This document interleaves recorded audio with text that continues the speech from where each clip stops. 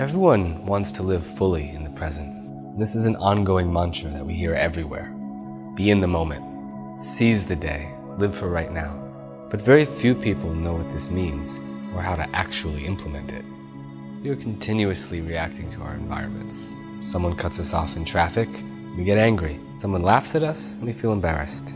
Someone breaks our heart, we find ourselves plummeted into a season of despair. These reactions feel visceral, impossible to dodge or avoid. And there is a reason for this.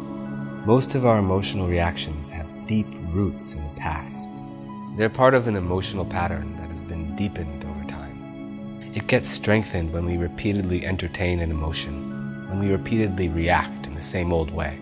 Every time I react with anger, I become more likely to choose anger as a first response.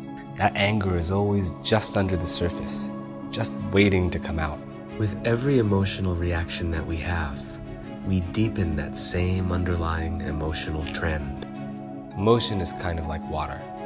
When water flows over the same ground, it slowly carves out a channel for itself. And eventually, it becomes a rushing river. As the riverbed becomes wider, the currents become stronger. When we react with anger or pain or shame over and over again, the more anger or pain or shame we draw into our lives, the currents become stronger. With every reaction, we're actually creating a blueprint for the future. We're creating a precedent or a template for how we're going to think or feel or behave the next time.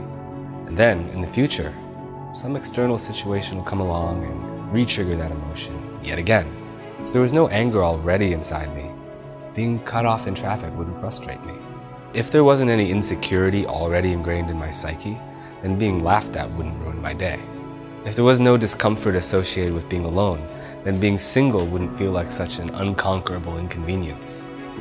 We will never have full control over the circumstances in our lives, but we can learn to regulate our inner states so that our external circumstances don't have control over us.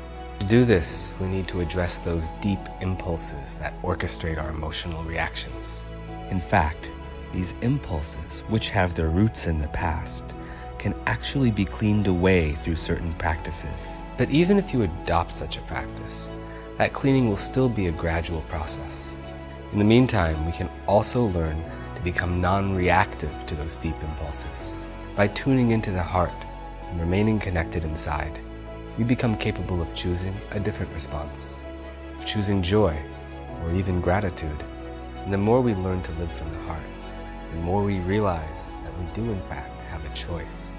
We can choose to react according to the same old patterns, or we can choose to respond with the heart instead and become free from those burdens of the past. With every reflexive reaction that we have, we give up our free will a little bit and allow ourselves to be controlled by our tendencies instead.